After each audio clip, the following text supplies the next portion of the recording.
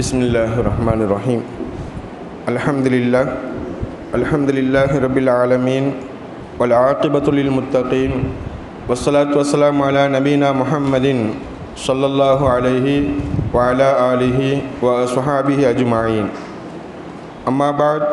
Faqad qala Allah ta'ala fil Qur'anil azim wa fil Furqanil majid. A'udhu billahi minash shaitanir rajim. Bismillahirrahmanirrahim. فآمنوا بالله ورسله صدق الله العلي العظيم.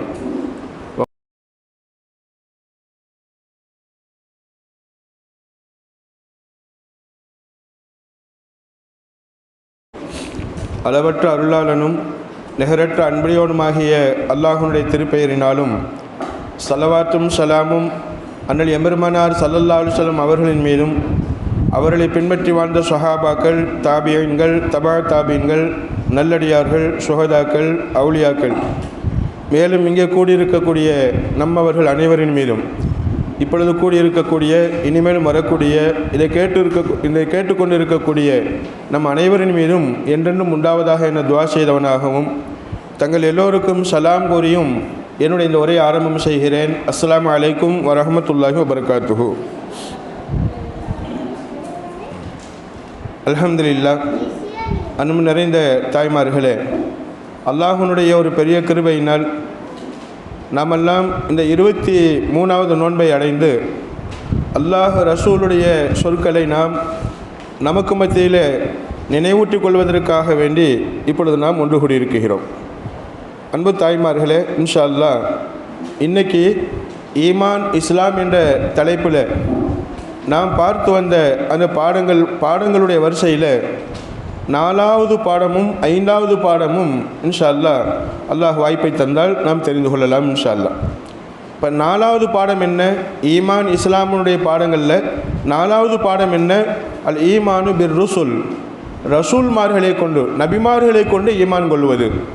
ஈமானின் கடமைகள் 6. அதில் 1வது அல்லாஹ்வை கொண்டு ஈமான் கொள்வது, 2வது மலக்குமார்களை கொண்டு ஈமான் கொள்வது, 3வது வேதங்களை கொண்டு ஈமான் கொள்வது, 4வது அல்லாஹ் அனுப்பிய நபிமார்களை கொண்டு ஈமான் கொள்வது. இந்த நபிமார்களை கொண்டு ஈமான் கொள்வது என்ற தலைப்பில் நாம் பார்க்கும்போது அல்லாஹ் குர்ஆன் ஷரீஃபில் சொல்வான், ஃபாமினு பில்லாஹி வருசுலி, அல்லாஹுவை கொண்டும் ஈமான் கொள்ளுங்க, அவனுடைய தூதர்களை கொண்டும் ஈமான் கொள்ளுங்க என்பதாக அல்லாஹ் சொல்வான். இப்போ ரசூல், அதாவது நபிமார்களுக்கு 2 விதமான வார்த்தைகள் அல்லாஹ் புழங்குவான். 1வது ரசூல், 2வது நபி. ரசூல், நபி, இந்த 2 விதமான வார்த்தைகளை அல்லாஹ் குர்ஆனில் புழங்குகிறான். அல்லாஹுவால் அனுப்பப்பட்ட தூதர்கள், மக்களுக்கு நேர்வழி காட்டுவதற்காக அல்லாஹுவால் தேர்ந்தெடுக்கப்பட்ட தூதர்கள் 2 விதமாக அழைக்கப்படும்.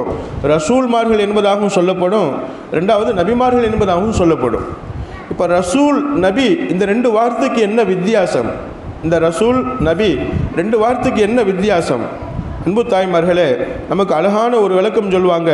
அர் ரசூலு, ரசூல் என்றால் யாருன்னு சொன்னால், ஹுவல்லதி அன்ஸல அலைஹி கிதாபுன் வ மௌஜிஸத்துன், எந்த நபிக்கு அல்லாஹ் தனிப்பட்ட வேதத்தை கொடுத்திருப்பானோ, மேலும் மௌஜிஸா பேர் அற்புதத்தை கொடுத்திருப்பானோ, இப்படிப்பட்டவர்களுக்கு ரசூல் என்பதாக சொல்லப்படும். எந்தெந்த நபிமார்களுக்கு அல்லாஹ் தனிப்பட்ட வேதத்தையும் மௌஜிஸா என்னும் பேர் அற்புதங்களையும் கொடுத்திருப்பானோ இவங்களுக்கு ரசூல்மார்கள் என்பதாக சொல்லப்படும். அப்போ வேதங்களும் அற்புதமும் சேர்ந்து கொடுக்கப்பட்ட அந்த நபிமார்களுக்கு ரசூல் என்று சொல்லப்படும். நபி என்று சொன்னால் ஹுவல்லதி லம் யுன்ஸல் அலைஹி கிதாபுன், அந்த எந்தெந்த நபிமார்களுக்கு அல்லாஹ் தனிப்பட்ட வேதத்தை கொடுக்கலையோ, தனியாக அவங்களுக்கு வேதம் கிடையாது. உதாரணமாக மூசா அலைஹிஸ்ஸலாம் அவங்களுக்கு அல்லாஹ் வேதத்தை கொடுத்துருக்குறா அப்படின்னு சொன்னால், தௌராத் வேதத்தை கொடுத்துருக்குறா அப்படின்னு சொன்னால், மூசா அலைஹிஸ்ஸலாம் அவங்களுக்கு பின்னாடி அனுப்பப்பட்ட சில நபிமார்களுக்கு வேதத்தை அல்லாஹ் கொடுத்துருக்க மாட்டான். மாறாக இந்த தௌராத் வேதத்தில் உள்ள விஷயங்களே ஓதி காமிப்பாங்க. இந்த தௌராத்தையே என்ன செய்வாங்க, அந்த மக்களுக்கு எத்தி வைப்பாங்க. அன்பு தாய்மார்கள், இது மாதிரி தனிப்பட்ட முறையில் வேதங்கள் கொடுக்கப்பட்டிருக்காது. சில அற்புதங்கள் இருக்கலாம், ஆனால் தனியார் வேதங்கள் கொடுக்கப்படாத நபிமார்களுக்கு நபி என்பதாக பெயர் சொல்லப்படும்.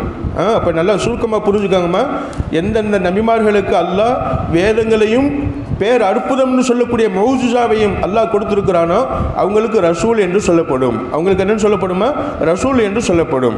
ரெண்டாவது வகை நபின்னா யாருன்னு சொன்னால் அவங்களுக்கு தனியாக வேதம்லாம் இருக்காது. முன்னுள்ள நபிமார்களுடைய அந்த வேதங்களை மக்களுக்கு எத்தி வைப்பாங்க.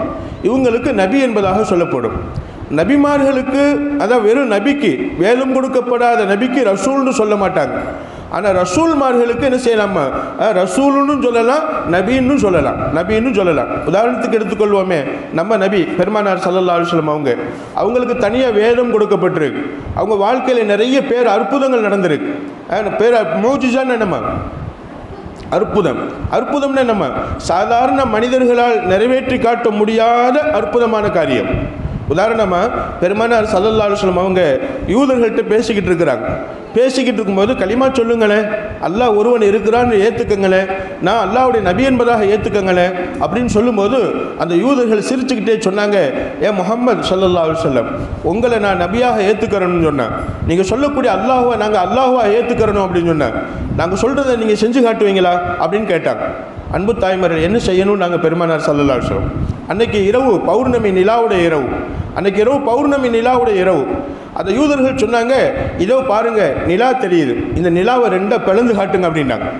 இந்த நிலா ரெண்டா பிளந்து காட்டுங்க பார்ப்போம், நாங்கள் உங்களை நபியாக ஏற்றுக்கிறோம், ரசூலாக ஏற்றுக்கிறோம், உங்களை என்ன செஞ்சுக்கிறோம், அல்லாஹ்வுடைய தூதராக ஏற்றுக்கிறோம், அல்லாஹுவாக ஏற்றுக்கிறோம் அப்படின்னு அந்த யூதர்கள் சொன்னாங்க. ஏற்றுக்கிறவங்க இல்லை அப்படின்னு திரும்ப கேட்டாங்க பெருமானார் ஸல்லல்லாஹு அலைஹி வஸல்லம். யூதர்கள் சொன்னாங்க, ஆம் ஏற்றுக்கிறோம் என்று சொன்னபோது பெருமானார் ஸல்லல்லாஹு அலைஹி வஸல்லம் அவங்க என்ன செஞ்சாங்க, தங்களுடைய விரல்களை காட்டினாங்க, நிலாவை பார்த்து விரல்களை காட்டினாங்க. அன்பு தாய்மார்களே, விரல்களை காட்டின உடனே அந்த நிலா இரண்டாக பிளந்தது. அந்த நிலா இரண்டா பிளந்து திரும்பவும் ஒன்று சேர்ந்தது. இன்னைக்கும் என்ன செய்வாங்கன்னு சொன்னால், நிலாவை ஆய்வு செய்ய போன அந்த ஆராய்ச்சியாளர்கள் நீல் ஆம்ஸ்ட்ராங் என்பவர் முதலிலே போனார். அவர் போயிட்டு அங்கே நிலாவினுடைய நடுவு பகுதியில் பார்க்கிறார், பிளந்து ஒன்று சேர்ந்த அடையாளம் இருந்துச்சு. அவர் சொன்னார், நிலா இரண்டாக பிளந்து ஒன்று சேர்ந்திருக்கிறது, நிலா ரெண்டா உடைஞ்சு ஒன்று சேர்ந்திருக்கிறது, இதனுடைய அடையாள கூறுகளை நான் கண்டேன் என்பதாக அந்த நீல் ஆம்ஸ்ட்ராங் என்ற அறிவியலாளர் தன்னுடைய அறிவியல் அந்த ஏட்டில் எழுதி வைத்திருக்கிறார். அன்பு தாய்மாரே, இது எவ்வளவு பெரிய அற்புதம்! பூமியில் இருந்து கொண்டு வானத்தில் உள்ள நிலாவை ரெண்டா பிளப்பது எவ்வளவு பெரிய அற்புதம்! நிச்சயமாக அன்பு தாய்மார்களே, இதை நிகழ்த்திக்கார். இதுதான் அற்புதமான விஷயம். நம்மளால் நிகழ்த்த முடியாது, சாதாரண மனிதர்களால் செய்ய முடியாது.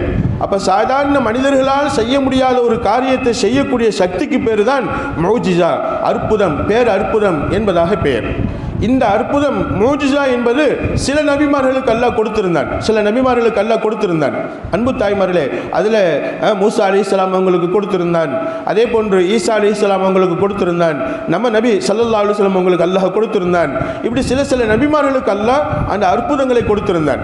அன்பு தாய்மார்களே, இப்படி வேதமும் அற்புதங்களும் யாருக்கு கொடுக்கப்பட்டிருக்குதோ அவங்களுக்கு ரசூல்மார்கள், தூதர்கள் என்பதாக சொல்லப்படும். அப்போ மௌஜிஸா என்பது ஒரு பெரிய பேர் அற்புதம். அப்போ இந்த மாதிரி வேதங்கள், தனிப்பட்ட வேதங்கள் எத்தனை படித்தோமா? 4 வேதங்கள் படித்தோம். அந்த 4 வேதங்கள், தௌராத் வேதம், ஜபூர் வேதம், இஞ்சில் வேதம், குர்ஆன் வேதம், இந்த 4 வேதங்களும் 4 நபிமார்களுக்கு கொடுக்கப்பட்டுச்சு. 4 நபிமார்கள் யார் யாருமா? ஃபஸ்ட்டு மூசா அலைஹிஸ்ஸலாம், ரெண்டாவது யாருமா? தாவூத் அலைஹிஸ்ஸலாம், மூணாவது ஈசா அலைஹிஸ்ஸலாம், 4வது முஹம்மது ஸல்லல்லாஹு அலைஹி வஸல்லம், நம்ம நபி முஹம்மது ஸல்லல்லாஹு அலைஹி வஸல்லம். அப்போ இந்த 4 பேருக்குமே ரசூலுன்னு சொல்லலாம், நபின்னு சொல்லலாம். ஏமா, இந்த 4 பேருக்குமே அல்லாஹ் தனி வேதத்தை கொடுத்துருக்குறான். அதே மாதிரி தனி ஒரு வேதத்தை கொடுத்தது மட்டும் இல்லாமல் கண்டிப்பாக அல்லாஹ் அவங்களுக்கு ஒரு பெரிய பேர் அற்புதங்கள் அல்லாஹ் கொடுத்துருக்குறான். இது அல்லாமல் சில ரசூல்மார்கள் இருந்தாங்க, சுஹுஃபுகள் அப்படின்னு சின்ன ஏடுகள் அல்லாஹ் கொடுத்துருந்தாங்க. நிச்சயமாக இப்ராஹிம் அலைஹிஸ்ஸலாம் இது போன்றவங்க, நிச்சயமாக அவங்களுக்கு அல்லாஹ் தனிப்பட்ட ஒரு மௌஜிஸாவை கொடுக்கலாட்டியும் கூட சில சின்ன ஏடுகளை கொடுத்துருந்தாங்க. அப்போ யாருக்கு அல்லாஹ் ஒரு முழுமையான வேதத்தையும் ஒரு மௌஜிஸாவையும் கொடுத்துருக்கிறானோ இவங்களுக்கு ரசூல் என்பதாக சொல்லப்படும். இந்த ரெண்டும் கொடுக்கப்படாமல் வெறும் நபியாக தேர்ந்தெடுத்த பாருங்களே அல்லாஹ், அவங்களுக்கு என்னன்னு சொல்லப்படுமா? தனி ஒரு வேதம் இருக்காது, தனி வேதம் கொடுத்திருக்க மாட்டான் அல்லாஹ். இப்படிப்பட்ட தூதர்களுக்கு நபி என்பதாக பெயர் சொல்லப்படும். ஆக மொத்தம் ரசூல்மார்களை கொண்டும் நபிமார்களை கொண்டும் நாம் முழுமையாக ஈமான் கொள்ளணும். ரசூல்மார்களும் நபிமார்களும் நிச்சயமாக அவங்களுடைய எல்லா விதமான தன்மைகளை கொண்டு கொண்டு நாம் முழுசாக ஈமான் கொள்ளணும். இது ஈமானுடைய 4வது கடமை என்பதை நாம் எல்லாம் அறிகிறோம். அன்பு தாய்மார்களே, நிச்சயமாக பெருமானார் ஸல்லல்லாஹு அலைஹி வஸல்லம் அவங்க எல்லா விஷயங்களையும் நமக்கு கற்றுக் கொடுத்து இருக்கிறாங்க.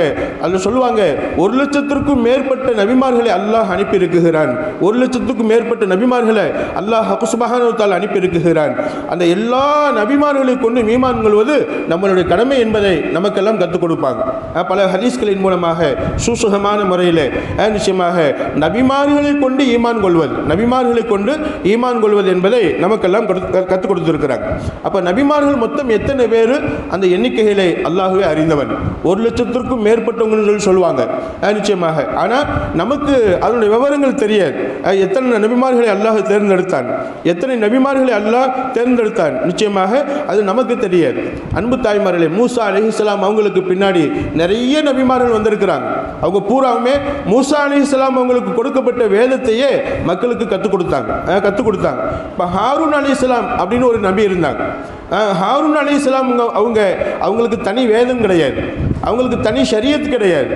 அந்த ஹாரூன் நபி மூசா நபியினுடைய சட்டத்தை அப்படி மக்களுக்கு சொல்லுவாங்க, அப்படி அந்த மக்களுக்கு சொல்லுவாங்க. அப்போ மூசா அலைஹிஸ்ஸலாம் ரசூலாக இருந்தாங்க, நபியாகவும் இருந்தாங்க. ஆனால் ஹாரூன் நபி நபியாக இருந்தாங்க. இப்படி ரசூல்மார்களையும் நபிமார்களையும் ஈமான் கொள்வது ஈமானுடைய 4வது கடமை என்பதை நாம் எல்லாம் அறிகிறோம். அன்பு தாய்மார்களே, அப்போ நபிமார்களுடைய எண்ணிக்கை எத்தனை நமக்கு தெரியாது. ஆனால் 1,00,000க்கும் மேற்பட்டவங்க என்பதாக நம்ம அறிஞ்சு கொள்கிறோம். எத்தனை பேர் இருந்தாங்க, எத்தனை பேர் அல்லாஹ் அனுப்பினான், அந்த எண்ணிக்கையை அல்லாஹ்வே அறிந்தவன். அதில் குறிப்பாக ஒரு 25 பேர் குர்ஆன் ஷரீஃபில் கூறப்பட்டிருக்கு. நபிமார்களுடைய பெயர்களில் ரசூல்மார்கள் நபிமார்கள் ரெண்டையும் சேர்த்து 25 நபர்களை, 25 நபிமார்களுடைய பெயர்களை அல்லாஹ் குர்ஆன் ஷரீஃபில் சொல்லியிருக்கிறான்.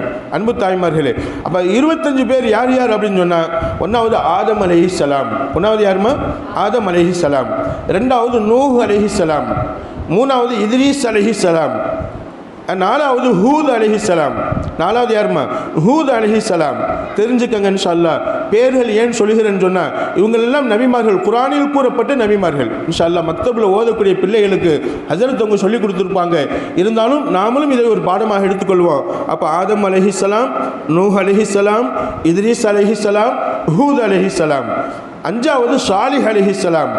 6வது இப்ராஹிம் அலைஹிஸ்ஸலாம். 7வது இஸ்மாயில் அலைஹிஸ்ஸலாம்.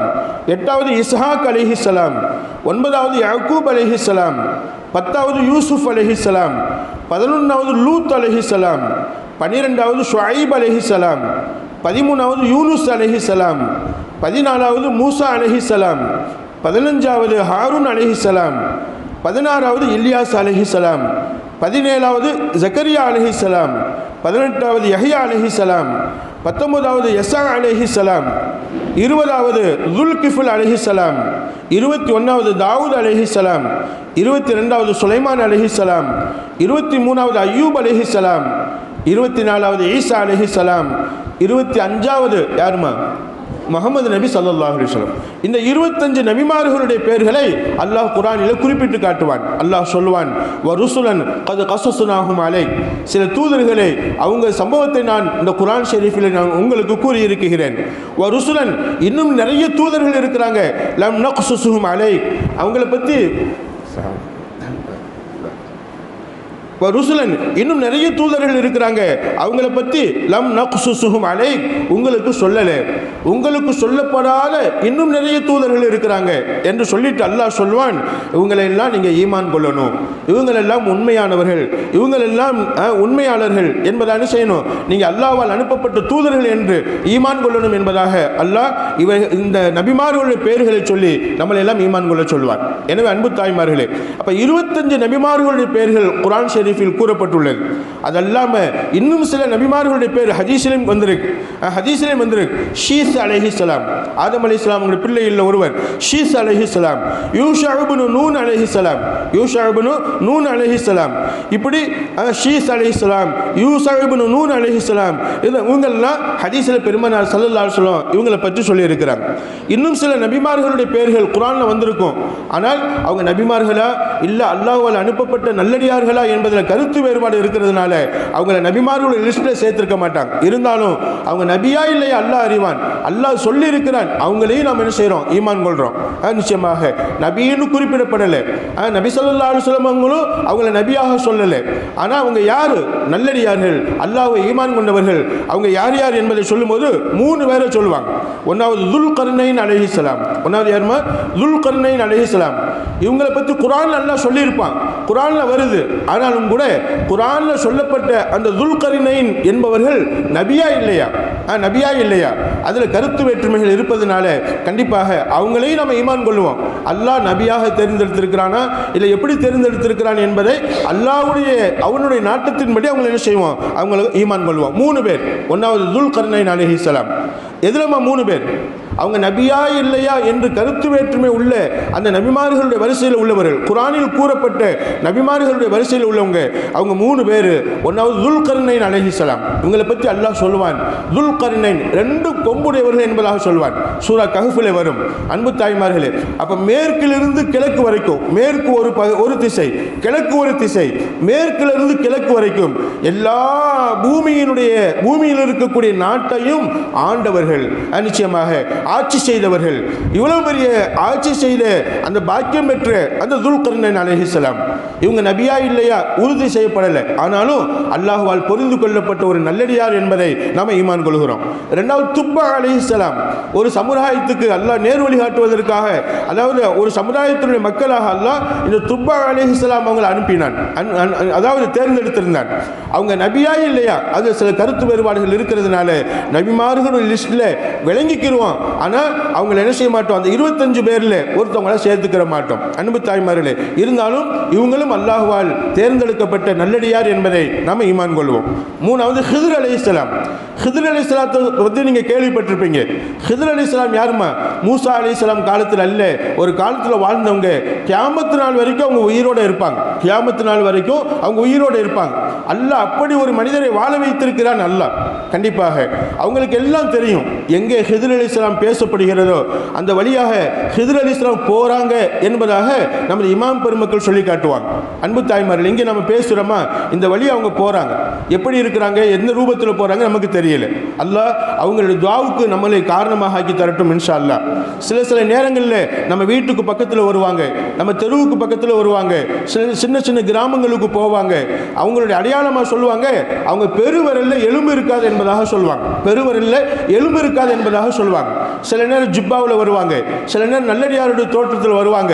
இப்படி உலகம் பூரா அவங்க நடந்துக்கிட்டே இருக்கிறாங்க. கடலில் நடப்பாங்க, தரையில் நடப்பாங்க. கியாமத்து நாள் வரைக்கும் அவங்களுக்கு ரூஹ் இருக்கும். கியாமத்து நாள் சமீபத்தில் அல்லாஹ் அப்படி ஒரு படைப்பு அல்லாஹ் படைச்சிருக்கிறான். இப்படியும் என்னால் ஒருத்தரை வாழ வைக்க முடியும். அவங்களுக்கு வயசு எத்தனை நமக்கு தெரியாது, எப்போ அவங்க பிறந்தாங்க தெரியாது, எப்போ அவங்க பிறந்தாங்க தெரியாது. அல்லாஹ் அவங்களை படைச்சு வச்சிருக்கிறான். ஆனாலும் கியாமத்து நாள் வரைக்கும் அவங்களை வாழ வைத்து எப்போ உலகம் அழியுதோ அப்போ அவங்களுக்கு மரணத்தை கொடுப்பான் அல்லாஹ். நிச்சயமாக. அப்போ ஹித்ர் அலைஹிஸ்ஸலாம் அப்படின்னு ஒருத்தவங்க இருக்கிறாங்க. அவங்கள பற்றியும் கஹ்ஃப் சூராவில் அல்லாஹ் சொல்லுவான். கஹ்ஃப் சூராவில் ரொம்ப விளக்கமாக சொல்லுவான். அன்பு தாய்மார்களே, அந்த ஹித்ர் அலைஹிஸ்ஸலாம் அவங்க எப்படிப்பட்டவங்க, அவங்க நபியா இல்லையா அதில் கருத்து வேறுபாடு இருக்கு. ஆனாலும் நம்ம ஏற்றுக்கொள்கிறோம். அல்லாஹ் குர்ஆனில் சொல்லி இருக்கிறான், ஹித்ர் அலைஹிஸ்ஸலாத்தை பற்றி சொல்லி இருக்கிறான், அவங்க அல்லாஹ்வால் நாடப்பட்ட ஒரு நல்லடியார், அல்லாஹ்வால் நாடப்பட்ட ஒரு நல்லடியார். அப்போ அல்லாஹ்வால் நாடப்பட்ட நல்லடியார்கள்ங்கிற லிஸ்ட்டில் 3 பேர் வருவாங்க. ஒன்றாவது யாருமா, துல்கர்னைன் அலைஹிஸ்ஸலாம். 2வது துப்பா அலைஹிஸ்ஸலாம். 3வது யாருமா, ஹித்ர் அலைஹிஸ்ஸலாம். அன்பு தாய்மார்களே, இப்போ இன்ஷா அல்லாஹ் நாம் என்ன செய்யணும், இந்த நபிமார்களை கொண்டு முழுசாக ஈமான் கொள்ளணும்.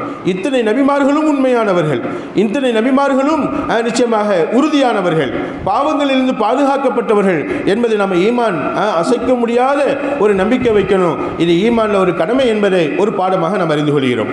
எப்படி நபிமார்களை கொண்டு ஈமான் கொள்ளணும், அதுக்கு சில வழிமுறைகளை இமாம் பெருமக்கள் நமக்கு எழுதி காட்டுகிறாங்க. 12 விதமான வழிமுறைகள். 1வது, ஒவ்வொரு உம்மத்தையும் அல்லாஹ்வின் வணக்கம் என்னும் மார்க்கத்தை பின்பற்ற வேண்டும் என்பதற்காக லா இலாஹ இல்லல்லாஹ் என்ற கலிமாவை சொல்லி ஈமானின் பக்கம் வர வேண்டும் என்று அழைப்பு கொடுப்பதற்காக அல்லாஹ் சில நபர்களை தேர்ந்தெடுத்து, சில நல்லடியார்களை தேர்ந்தெடுத்து உம்மத்துக்கு அனுப்பினான்.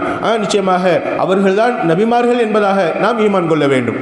மக்களுக்கு வழிகாட்டுவதற்காக, மக்களுக்கு நேர் வழிகாட்டுவதற்காக, மக்களுக்கு லா இலாஹ இலாஹ இல்லல்லாஹ் என்ற கலிமாவை சொல்வதற்காக, கலிமாவை லா இலாஹ இல்லல்லாஹ் வணக்கத்திற்குரியவன் அல்லாஹ் ஒருவன் தான், அவனை தவிர வேறு யாரும் இல்லை என்பதை மக்களுக்கு எடுத்துச் சொல்வதற்காக அல்லாஹுவால் அனுப்பப்பட்டவர்கள் தான் நபிமார்கள் என்று ஈமான் கொள்ள வேண்டும். அல்லாஹுவால் அனுப்பப்பட்டவர்கள் தான் நபிமார்கள் என்று ஈமான் கொள்ளணும். இது ஒன்றாவது, ஃபர்ஸ்ட்.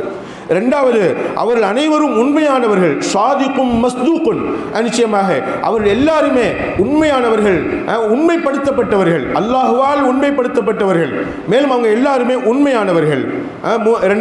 இரண்டாவது விஷயம், அவங்க எல்லாருமே உண்மையானவங்க, அல்லாஹுவால் உண்மைப்படுத்தப்பட்டவங்க, அல்லாஹுவால் தேர்ந்தெடுக்கப்பட்டவங்க. உலகத்தில் எத்தனையோ ஆண்கள் இருக்கிறாங்க, அத்தனை ஆண்களிலும் அல்லாஹ் சில பேரைத்தான் நபியாக தேர்ந்தெடுத்தான், சில பேரைத்தான் நபியாக தேர்ந்தெடுத்தான். இப்படிப்பட்ட பாக்கியம் உள்ளவர்கள் தான் இந்த நபிமார்கள். அப்ப இரண்டாவது எப்படி ஈமான் கொள்ளணும்? நபிமார்கள் அனைவரும் உண்மையானவர்கள், உண்மைப்படுத்தப்பட்டவர்கள், அவங்க எல்லாரும் உண்மையானவங்க, அல்லாஹுவால் உண்மைப்படுத்தப்பட்டவங்க. மூணாவது, அவங்க எல்லாரும் தக்வா நிறைந்தவர்கள், அவங்க எல்லாரும் என்னமா தக்வா நிறைந்தவர்கள். தக்வான்னு என்னமா? இறையச்சம், அல்லாஹ்வுடைய பயம், அல்லாஹ்வுடைய பயம் நிறைந்தவர்கள். நம்மளுடைய தக்வா என்பது வேறு, நபிமார்களுடைய தக்வா என்பது வேறு. நபிமார்கள்ட்ட உள்ள தக்வா இருக்கிறது, அவங்க மிகப்பெரிய தக்வாவில் இருப்பாங்க, அது சொல்ல முடியாது, அவ்வளவு தக்வா நிறைந்தவர்கள் நபிமார்கள். நாலாவது, எல்லோருமே நம்பிக்கைக்குரியவர்கள், நம்பிக்கை நிறைந்தவர்கள், எல்லோருமே மஅமூனுன் நம்பப்படக்கூடியவர்கள். நிச்சயமாக அனைவரும் நம்பிக்கைக்கு பாத்தியமானவர்கள். அதாவது அவங்க நம்பிக்கைக்கு மாறு செய்ய மாட்டாங்க, நம்பிக்கை துரோகம் செய்ய மாட்டாங்க. அவங்களை நம்பினால் அது கரெக்டா இருக்கும், அவங்களை நம்பினால் அவங்க கரெக்டா இருப்பாங்க. இப்படிப்பட்ட நம்பிக்கைக்குரியவங்க அந்த நபிமார்கள் எல்லாருமே என்று ஈமான் கொள்ள வேண்டும்.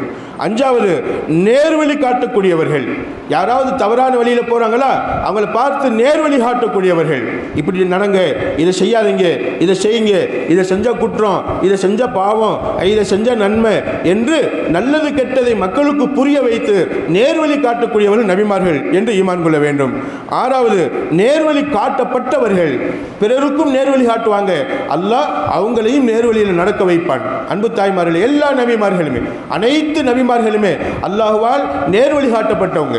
நிச்சயமாக மூசா அலைஹிஸ்ஸலாம் அவங்களுக்கும் ஆதம் அலைஹிஸ்ஸலாம் அவங்களுக்கும் ஒரு சண்டை வந்துச்சு. என்ன சண்டை அப்படின்னு சொன்னா, ஆதமே நீங்க மட்டும் சொர்க்கத்தில் தப்பு செய்யலாட்டி, நீங்க மட்டும் தப்பு செய்யலாட்டி நிச்சயமாக என்ன செஞ்சிருக்க மாட்டீங்க, உலகத்துக்கு நாம வந்திருக்க மாட்டோம், சொர்க்கத்தில் நாங்கள் எல்லாரும் இருந்திருப்போம். ஏன் தப்பு செஞ்சீங்க, ஏன் தப்பு செஞ்சீங்க என்பதாக மூசா நபி ஆதம் அலைஹிஸ்ஸலாத்தை கேட்கிறாங்க. சொர்க்கத்தில் என்னமா செஞ்சாங்க தப்பு? ஆதம் அலைஹிஸ்ஸலாம் ஒரு பழத்தை அல்லாஹ் சாப்பிடக்கூடாதுன்னு சொல்லியிருந்தான். மாஷா அல்லாஹ், அந்த பழத்தை என்ன செஞ்சுட்டாங்கம்மா, ஆதம் நபி ஹவ்வா அலைஹிஸ்ஸலாம் அவங்களும் சாப்பிட்டுட்டாங்க. இப்போ மூசா நபி கேட்குறாங்க, மூசா நபியினுடைய ரூஹ் ஆதம் அலைஹிஸ்ஸலாம் அவங்களுடைய ரூஹ்கிட்ட கேட்குது. என்னன்னு சொன்னா, ஆதமே ஏன் தப்பு செஞ்சீங்க, அப்போ அதை சாப்பிடக்கூடாதுன்னு நல்லா சொல்லியிருக்கான்ல, அந்த பழத்தை ஏன் சாப்பிட்டீங்க? சாப்பிட்டதுனால தானே சொர்க்கத்திலிருந்து பூமிக்கு வீசி எறியப்பட்டோம், சாப்பிடாம இருந்திருக்கலாம்ல. இதை ஏன் சொல்கிறேன் என்றால், நேர்வழி காட்டப்பட்டவர்கள் அப்படின்னு சொன்னா, அல்லாஹ் அவன் நாடி இருந்தால் அந்த பழத்தை சாப்பிடாமல் இருக்க வச்சிருக்கலாம்ல, ஏன் அல்லாஹ் சாப்பிட வைத்தான், ஏன் அல்லாஹ் சாப்பிடுவதற்கு இடம் கொடுத்தான்? இங்கே ஒரு கேள்வி. அப்ப எப்படி நேர்வழி காட்டப்பட்டவங்க? அன்பு தாய்மார்களே, அப்ப மூசா அலைஹிஸ்ஸலாம் அவங்க ஆதம் நபிட்ட கேட்கும்போது ஆதம் அலைஹிஸ்ஸலாம் அவங்க சொன்னாங்க, என்ன மூசா உங்களுக்கு தெரியாதா, என்னையும் உங்களையும் படைப்பதற்கு முன்னால், என்னை படைப்பதற்கு முன்னால் பல ஆயிரக்கணக்கான வருஷங்களுக்கு முன்னாடியே, என்னை படைப்பதற்கு பல ஆயிரக்கணக்கான வருஷங்களுக்கு முன்னாடியே அல்லாஹ் அதாவது பேனாவை படைச்சிட்டான். அந்த பேனாவை எழுதுகன்னு சொன்னான். பல ஆயிரக்கணக்கான வருஷங்களுக்கு முன்னாடி படைக்கப்பட்ட அந்த பேனா என் தலையெழுத்தையும் எழுதியது, என்னோட தலையெழுத்தையும் எழுதியது. அந்த பேனா எழுதும் போது ஆதம் நபின்னு ஒருத்தவங்க படைக்கப்படுவாங்க, அவங்க சொர்க்கத்துக்குள்ள இருப்பாங்க. சொர்க்கத்துக்குள்ள ஒரு பழத்தை அல்லாஹ் சாப்பிடக்கூடாதுன்னு தடை செஞ்சிருப்பான். அந்த பழத்தை சாப்பிடுவாங்க, அந்த பழத்தை சாப்பிட்டதினால் பூமிக்கு தூக்கி வீசி எறியப்படுவாங்க. இப்படின்னு அல்லாஹ் அந்த பேனாவை எழுத வச்சிருக்கிறான். அப்ப நான் படைக்கப்படுவதற்கு பல ஆயிரக்கணக்கான வருஷங்களுக்கு முன்னாடியே என் தலையெழுத்தை அல்லாஹ் தீர்மானித்து விட்டான், எழுதிவிட்டான். நான் அந்த பழத்தை சாப்பிடுவேன், நான் பூமிக்கு வருவேன் என்பதாக. எனவே அந்த பழத்தை சாப்பிட வைத்தது, நிச்சயமாக சாப்பிடக்கூடிய அந்த சூழ்நிலையில ஏற்படுத்தியது என்னுடைய ரப்பு தானே, என்னுடைய அல்லாஹ் தானே. கண்டிப்பாக இந்த பூமிக்கு வந்ததும் என்னுடைய ரப்பு தானே, வருவதற்கு காரணமாக இருந்ததும் என்னுடைய ரப்பு தானே. நிச்சயமாக என் மேல் எப்படி குற்றம் பாரம் சுமத்துவீங்க என்பதாக என்ன செய்வாங்க ஆதம் அலைஹிஸ்ஸலாம் சொல்லுவாங்க. அப்ப என்ன சொல்ல வர்றாங்கன்னு சொன்னா, நல்லது கெட்டது எல்லாம் அல்லாஹ்வால் படைக்கப்பட்டது. இன்ஷா அல்லாஹ் விதியை பற்றி நான் பயான் பண்ணும்போது பயான் செய்வேன். அன்பு தாய்மார்களே, இப்ப கெட்டது எப்படி அல்லாஹ்வுடைய நாட்டமாக ஆக முடியும்? கெட்டது எப்படி அல்லாஹ்வுடைய நாட்டமாக ஆக முடியும்? அன்பு தாய்மார்களே, சில விஷயங்கள் அல்லாஹ்வுக்கு புறமான விஷயமாக இருந்தாலும் கூட அல்லாஹ் சில ஹைர்களை அல்லாஹ் அதில் வைத்திருப்பான். ஆதம் அலைஹிஸ்ஸலாம் பூமிக்கு வந்ததினால் தான் இந்த பூமியில மனிதர்கள் பிறந்து யார் ஈமான் கொண்டாங்க, யார் ஈமான் கொள்ளல என்பதை என்ன செய்ய முடிகிறது, பிரித்தறிய முடிகிறது. சொர்க்கத்துக்குள்ளே இருந்திருந்தால் எல்லோரும் ஈமான் உள்ளவர்களாக இருந்திருப்போம். ஈமான்டா என்னன்னு தெரியாது. ஈமானுடைய பாடத்தை கற்றுக்கொள்வதற்காகத்தான் இந்த பூமி, ஈமானின்படி வாழ வேண்டும் என்பதற்காகத்தான் இந்த பூமி. அப்போ பூமிக்கு அல்லாஹ் இறக்கியது, அல்லாஹ் ஆதம் அலைஹிஸ்ஸலாம் அவங்களை மனிதர்களை இறக்கியது ஈமானின் பாடத்தை நாம் உணர வேண்டும், கற்றுக்கொள்ள வேண்டும் என்பதற்காக வேண்டித்தான். எனவே அன்பு தாய்மார்களே, அப்ப நேர்வழி காட்டப்பட்டவர்கள் ஆறாவது, அவங்க வாழ்க்கையில என்ன நடந்தாலும், யூனுஸ் அலைஹிஸ்ஸலாம் அவங்க தப்பாம செஞ்சாங்க, அவங்க பாவமா செஞ்சாங்க இல்ல, அல்லாஹ்வுடைய உத்தரவு இல்லாம கப்பல்ல ஏறிட்டாங்க. அல்லாஹ் போங்கன்னு சொல்லாம கப்பல்ல ஏறிட்டாங்க. கப்பல்ல இருந்து கடலுக்குள்ள தள்ளப்பட்டாங்க. கிட்டத்தட்ட 40 நாட்கள் சொல்லுவாங்க, 40 மாதங்கள் சொல்லுவாங்க, 4 மாதங்கள் சொல்லுவாங்க, எத்தனை நாட்களோ அல்லாஹ் அறிவான். ஆனால் மீன் வயிற்றுக்குள்ள இருந்தாங்க யூனுஸ் அலைஹிஸ்ஸலாம். லா இலாஹ இல்லா அன்த சுப்ஹானக இன்னீ குன்து மினல் ஸாலிமீன் தஸ்பீஹ் சொல்லிக்கிட்டே இருந்தாங்க. நமக்கு கவலையா, பிரச்சனையா, வீட்டில் துன்பமா, இதை ஓதிக்கிட்டே இருந்தா துன்பம் தானா நீங்கிரும் இன்ஷா அல்லாஹ், நம்மளை விட்டும் அகன்றும் இன்ஷா அல்லாஹ். என்னமா அந்த துவா? லா இலாஹ இல்லா அன்த சுப்ஹானக இன்னீ குன்து மினல் ஸாலிமீன் தஸ்பீஹ் யூனுஸ் அலைஹிஸ்ஸலாம் சொல்லுவாங்க. அன்பு தாய்மார்களே, இப்போ இதை சொல்லி என்ன செஞ்சாங்கம்மா, மீன் வயிற்றுக்குள்ள இருந்து வெளியேறினாங்க. இப்போ சொல்லுங்களேன், யூனுஸ் அலைஹிஸ்ஸலாம் பாவம் செஞ்சாங்களா, தப்பு செஞ்சாங்களா? ஏன் அவங்களுக்கு அந்த தண்டனை? நிச்சயமாக அவங்க பாவமும் செய்யல. ஒரு சின்ன விஷயத்தை அல்லாஹ் உம்மத்துக்கு பாடமாக, அதாவது உம்மத்துக்கு நமக்கு பாடமாக கொடுக்குகிறான். ஒரு நபியாக இருந்த போதும் ஒரு கண் சிமிட்ட நேரம் அல்லாஹ்வுடைய உத்தரவு வர்றதுக்குள்ளே கப்பலில் ஏறினதுனால இவ்வளவு பெரிய தண்டனை என்பதை அல்லாஹ் சொல்லி, மக்களே இவ்வளவு நீங்க மக்கள், சாதாரண மக்களாகிய நீங்க எத்தனை தப்பு செய்றீங்க, எவ்வளவு தண்டனைக்கு நாம் உட்படுத்தப்படுவோம் என்பதை நாம் சுதாரிக்க வேண்டும் என்பதற்காக வேண்டி, அல்லாஹ்வுடைய தண்டனையிலிருந்து பாதுகாப்பு பெற்றுக்கொள்ள வேண்டும் என்பதற்காக வேண்டி ஒரு பாடத்திற்காக நிகழ்த்தி காட்டுகிறான். அப்ப நிச்சயமாக அன்பு தாய்மார்களே, நபிமார்கள் பாவத்திலிருந்து பாதுகாக்கப்பட்டவங்க, அவங்க நேர்வழி காட்டக்கூடியவங்க, நேர்வழி காட்டப்பட்டவங்க. ஆறாவது நேர்வழி காட்டப்பட்டவங்க. ஏழாவது, அல்லாஹ் எதை கொண்டு அவர்களை நபியாக அனுப்புனானோ, அல்லாஹ் எந்த மார்க்கத்தை கொண்டு அவர்களை நபியாக அனுப்புனானோ நிச்சயமாக அது அனைத்தையும் ஒன்று விடாமல் மக்களுக்கு சொல்லிவிடுவாங்க. அல்லாஹ் சொன்னதை பூரா என்ன செஞ்சிருவாங்க, மக்களுக்கு சொல்லிடுவாங்க. இது எத்தனாவதுமா? ஏழாவது. அல்லாஹ் என்ன சொல்லி இருக்கிறானோ சொன்னது அனைத்தையும் மக்களுக்கு முழுமையாக சொல்லிடுவாங்க. எட்டாவது, ஒரு எழுத்தை கூட மறைக்க மாட்டாங்க. அல்லாஹ் சொன்னவைகளில் ஒரு எழுத்தை கூட மறைக்க மாட்டாங்க. ஒன்பதாவது, மேலும் அல்லாஹ் சொல்லிய நிச்சயமாக வார்த்தைகளை தங்களுடைய இஷ்டத்திற்கு மாற்ற மாட்டாங்க. அல்லாஹ் சொன்ன ஒரு சட்டத்தை தங்களுடைய விருப்பப்படி தங்களுடைய இஷ்டத்துக்கு அது மாற்றி சொல்ல மாட்டாங்க. அப்போ நிச்சயமாக எட்டாவது, ஒரு எழுத்தை கூட மாற்ற மாட்டாங்க. ஒன்பதாவது, அல்லாஹ் சொன்ன சட்டத்தை தான் விருப்பப்படி மாற்றி எழுத மாட்டாங்க, மாற்றி சொல்ல மாட்டாங்க. பத்தாவது, அல்லாஹ் சொல்லிய விட அதிகமாகவும் சொல்ல மாட்டாங்க. அல்லாஹ் ஒரு விஷயத்தை சொல்லி இருக்கிறான், சொன்னது எப்படியோ சொன்னது அப்படி சொல்லிடுவாங்க. நிச்சயமா குல் ஹுவல்லாஹு அஹத் அப்படின்னு சொன்னாங்களா, குல் ஹுவல்லாஹு அஹத் அப்படின்னு சொல்லிடுவாங்க. குல்னா என்ன அர்த்தம்? குல் நபியை நீங்க சொல்லுங்கன்னு அர்த்தம். தன்னை பார்த்து சொன்ன அந்த வார்த்தை, அல்லாஹ் சொன்ன வார்த்தை குல் என்பதை, அந்த வார்த்தையை விட்டுட்டாலும் பிரச்சனை இல்லை, அதை சொல்லாம சொன்னாலும் ஹுவல்லாஹு அஹத், அவன் அல்லாஹ், அவன் தான் ஒருவன் என்பதாக அர்த்தம் வரும். குல் என்பதை சொல்லியிருக்க வேண்டியதில்லை. ஆனாலும் அல்லாஹ் சொல்லும் போது குல் ஹுவல்லாஹு அஹத், நபியை நீங்க சொல்லுங்க அப்படின்னு சொன்னதுனால குல்லையும் சேர்த்து சொன்னாங்க. இப்படி அல்லாஹ் என்ன வார்த்தையை ஜிப்ரீல் அலைஹிஸ்ஸலாம் அவங்கள்ட்ட சொல்லி அனுப்புனானோ அந்த வார்த்தையை அப்படியே சொல்லி அதை அதிகமாக்கவும் மாட்டாங்க. மேலும் அல்லாஹ் சொன்னதை 11வது, அல்லாஹ் என்ன வார்த்தையை சொன்னானோ அந்த வார்த்தையை குறைக்கவும் மாட்டாங்க. அந்த வார்த்தையில கூட்டவும் மாட்டாங்க, அந்த வார்த்தையில குறைக்கவும் மாட்டாங்க. 12வது, அனைத்து நபிமார்களும் நிச்சயமாக அனைத்து நபிமார்களிலும் 1,00,000க்கும் மேற்பட்டவங்க, எல்லா நபிமார்களையும், ஏன் குர்ஆனில் கூறப்பட்ட 25 நபிமார்கள், அந்த 25 நபிமார்களிலும் அல்லாஹ் வேதத்தை கொடுப்பதற்காக 4 நபிமார்களை தேர்ந்தெடுத்தான். 4 நபிமார்களை தேர்ந்தெடுத்தான். மூசா அலைஹிஸ்ஸலாம், தாவூத் அலைஹிஸ்ஸலாம், ஈசா அலைஹிஸ்ஸலாம், முஹம்மது ரசூலுல்லாஹ் ஸல்லல்லாஹு அலைஹி வஸல்லம். மூசா அலைஹிஸ்ஸலாம் அவங்களுக்கு என்ன வேதத்தை அல்லாஹ் கொடுத்தாமா? தௌராத் வேதத்தை கொடுத்தான். தாவூத் அலைஹிஸ்ஸலாம் உங்களுக்கு என்ன வேதம்மா? ஜபூர் வேதம். ஈசா அலைஹிஸ்ஸலாம் அவங்களுக்கு என்ன வேதம்மா? இஞ்சில் வேதம். நம்ம நபி முஹம்மது ஸல்லல்லாஹு அலைஹி வஸல்லம் அவங்களுக்கு குர்ஆன் வேதத்தை அல்லாஹ் கொடுத்தான். இப்படி வேதங்களை கொடுப்பதற்காக அல்லாஹ் என்ன செய்தான்மா? ஒரு 4 நபிமார்களை தேர்ந்தெடுத்தான். அந்த நபிமார்கள் எல்லோருமே அவங்க தான் ரசூல்மார்கள். அந்த ரசூல்மார்களும் நபிமார்களும் எல்லோருமே உண்மையானவர்கள், அல்லாஹ்வால் அருளப்பட்டவர்கள், அனுப்பப்பட்டவர்கள் என்பதை என்ன செய்யணுமா? நம்ம கண்டிப்பாக ஈமான் கொள்ளணும். 13வது, இவர்கள் கொண்டு வந்த வேதங்கள் ஷரியத் என்னும் மார்க்க சட்டங்கள் அனைத்தும் உண்மையானது நம்பணும். நபிமார்கள் கொண்டு வந்த வேதங்கள், நபிமார்கள் சொன்ன மார்க்க சட்டங்கள் அனைத்தும் அல்லாஹ்வால் கொடுக்கப்பட்ட உண்மையான விஷயங்கள் என்பதாக நம்பணும். 14வது, அனைத்து நபிமார்களிலும் கடைசி நபி நம்ம நபி முஹம்மது ஸல்லல்லாஹு அலைஹி வஸல்லம். கடைசி நபி நம்ம நபி முஹம்மது ஸல்லல்லாஹு அலைஹி வஸல்லம் அவங்க தான். நம்ம நபிக்கு பின்னாடி எந்த நபியும் கிடையாது. நம்ம நபிக்கு பின்னாடி நிறைய பேர் தன்னை நபி என்பதாக சொல்லிக்கிட்டாங்க. அகமதியா காதியானியத் என்பதாக சொல்லுவாங்க. அதாவது நிறைய முசைலமத்துல் கத்தாப், அதே மாதிரி மிர்சா குலாம் அஹமத் அப்படிங்கிற நிறைய பேர் என்ன செஞ்சிருக்கிறாங்கம்மா? தன்னை நபியாக சொல்லியிருக்கிறாங்க. நம்ம நபிக்கு பின்னாடி கியாமத்து நாள் வரைக்கும் எந்த நபியும் வரமாட்டாங்க, எந்த நபியும் கிடையாது. ஈசா அலைஹிஸ்ஸலாம் வருவாங்க, அவங்க நபியாக வரமாட்டாங்க, நம்மள மாதிரி ஒரு சாதாரண மனிதராக வருவாங்க. மஹ்தி அலைஹிஸ்ஸலாம் வருவாங்க, மஹ்தி அலைஹிஸ்ஸலாம் தோன்றுவாங்க. மஹ்தி அலைஹிஸ்ஸலாம் நபி கிடையாது, நம்மளை மாதிரி ஒரு சாதாரண ஒரு நல்லடியாராக வருவாங்க. அன்பு தாய்மார்களே, மஹ்தி அலைஹிஸ்ஸலாம் வருவாங்க, ஈசா அலைஹிஸ்ஸலாம் வருவாங்க. ஈசா நபி ஏற்கனவே நபி. ஆனால் அவங்க திரும்ப வரும்போது நபியாக வரமாட்டாங்க, தனி வேதத்தை கொண்டு வர மாட்டாங்க, வேதம் சொல்ல மாட்டாங்க. அவங்களும் குர்ஆனை ஓதுவாங்க, அவங்களும் 5 நேரம் தொழுவாங்க.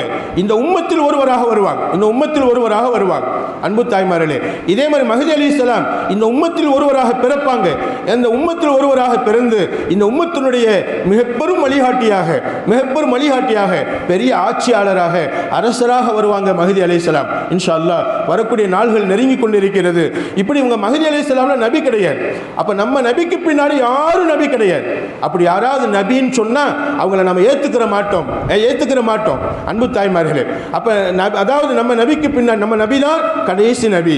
நம்ம நபிக்கு பின்னாடி எந்த விதமான யாரும் நபியாக அனுப்பப்பட மாட்டாங்க என்பதை நம்ம உறுதியாக நம்பணும், உறுதியாக ஈமான் கொள்ளணும். இந்த 14 விஷயங்களும் நம்ம நபிமார்களுடைய விஷயத்தில் நம்ம முழுசா ஈமான் கொள்ள வேண்டிய விஷயங்கள் என்பதை அறிய கடமைப்பட்டவங்களாக இருக்கிறோம். அன்பு தாய்மார்களே, அல்லாஹ் குர்ஆன்ல சொல்லுவான், ஸைமல்லதீன கஃபரு, காஃபிர்கள் நினைச்சுக்கிட்டாங்க அல்ல யுபஅஸு.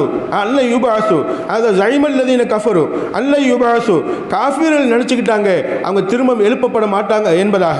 அன்பு தாய்மார்களே, அதாவது காஃபிர்களுடைய விளக்கம் என்ன அப்படின்னு சொன்னா, காஃபிர்கள் எந்த நபிமார்களையும் ஏற்றுக்கொள்ள மாட்டாங்க. அந்த காஃபிர்களுடைய விஷயம் என்ன? நபிமார்களை மறுப்பதுதான் அவர்களுடைய குறிக்கோள். எனவே நபிமார்களுடைய விஷயத்தில் ஏதாவது நம்ம சின்ன ஒரு சந்தேகம் வந்துச்சுன்னு சொன்னா, ஒரு மறுப்பு வந்துச்சுன்னு சொன்னா, கண்டிப்பாக நம்ம குஃப்ருக்கு நெருங்கி விடுவோம். அல்லாஹ் நம்மளை பாதுகாக்க வேண்டும். எனவே நபிமார்களை கொண்டு முழுசா ஈமான் கொள்ளணும் இன்ஷா அல்லாஹ். அந்த பாக்கியத்தை அல்லாஹ் நம்ம எல்லோருக்கும் தந்தல்வானாக. இது ஈமான் இஸ்லாத்துடைய பாடங்களில் எத்தனாவது பாடம்? 4வது பாடம். 5வது பாடம் மறுமை நாளை கொண்டு ஈமான் கொள்வது. எதை கொண்டு ஈமான் கொள்வதுமா? மறுமை நாளை கொண்டு ஈமான் கொள்வது. இப்போ நபிமார்களை கொண்டு ஈமான் கொள்வது ஓரளவுக்கு உங்களுக்கு முழுமையாக தெரிஞ்சிருக்கும் நினைக்கிறேன் இன்ஷா அல்லாஹ். அன்பு தாய்மார்களே, அதாவது ஈமான் இஸ்லாத்தை பற்றி நாம் அறிய வேண்டிய பாடங்களில் 5வது பாடம் என்ன அப்படின்னு சொன்னால், மறுமை நாளை கொண்டு ஈமான் கொள்வது. அல்லாஹ் சொல்லுவான், ஸைமல்லதீன கஃபரு அல்ல யுபஅஸு, காஃபிர்கள் நினைச்சுக்கிட்டாங்க அல்ல யுபஅஸு, மௌத்தான பின்னாடி திரும்ப எழுப்பப்பட மாட்டோம் என்பதாக நினைச்சுக்கிட்டாங்க. குல், நபியை நீங்க சொல்லிடுங்க, பலா, ஏன் எழுப்பப்பட மாட்டோம்.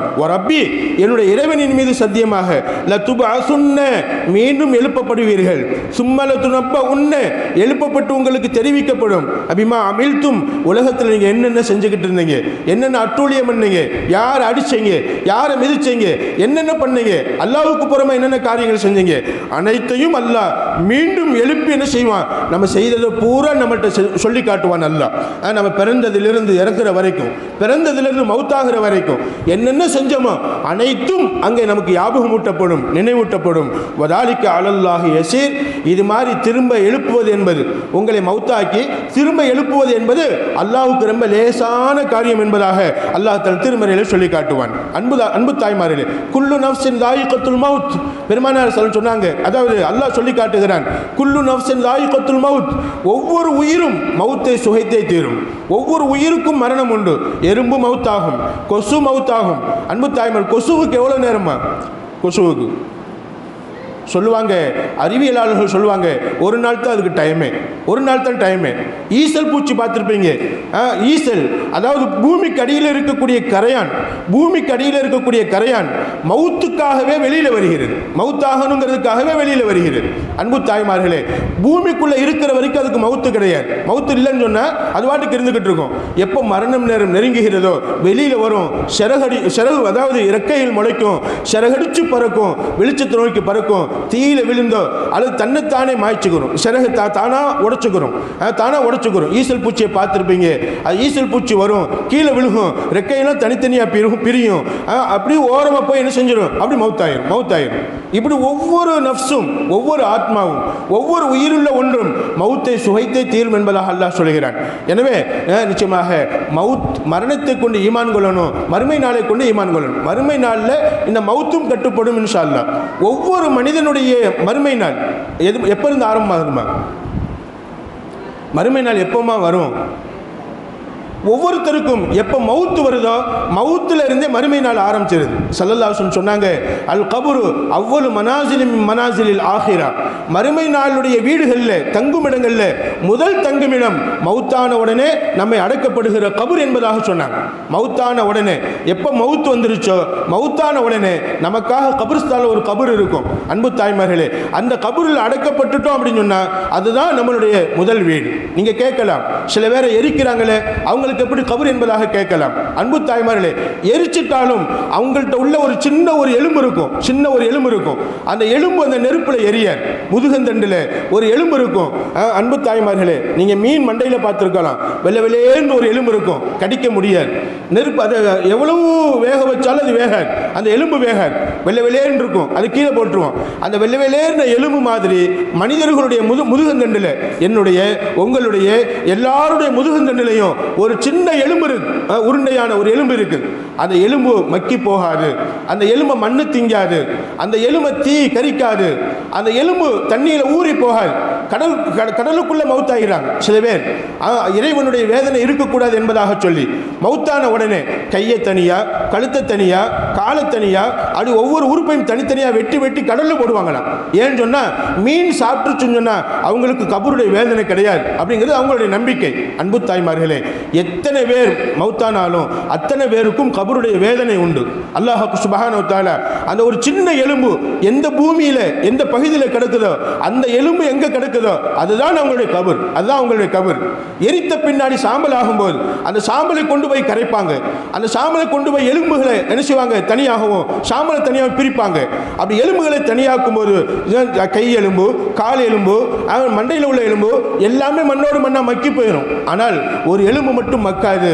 அந்த சின்ன எலும்பு, முதுகந்தண்டில் உள்ள எலும்பு கண்டிப்பாக அந்த எலும்பு அப்படியே இருக்கும், அந்த எலும்பு அப்படியே இருக்கும். அன்பு தாய்மார்களே, அந்த எலும்பு எந்த இடத்துல கிடக்குதோ அந்த இடம் தான் அவனுடைய கபர், அவனுடைய கபர்.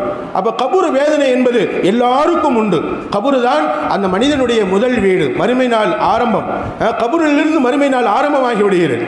அப்ப மறுமை நாளுடைய ஆரம்பத்திலேயே அல்லாஹ் 3 கேள்வி கேட்க வைப்பான். அல்லாஹ் என்னென்ன கேள்விமா?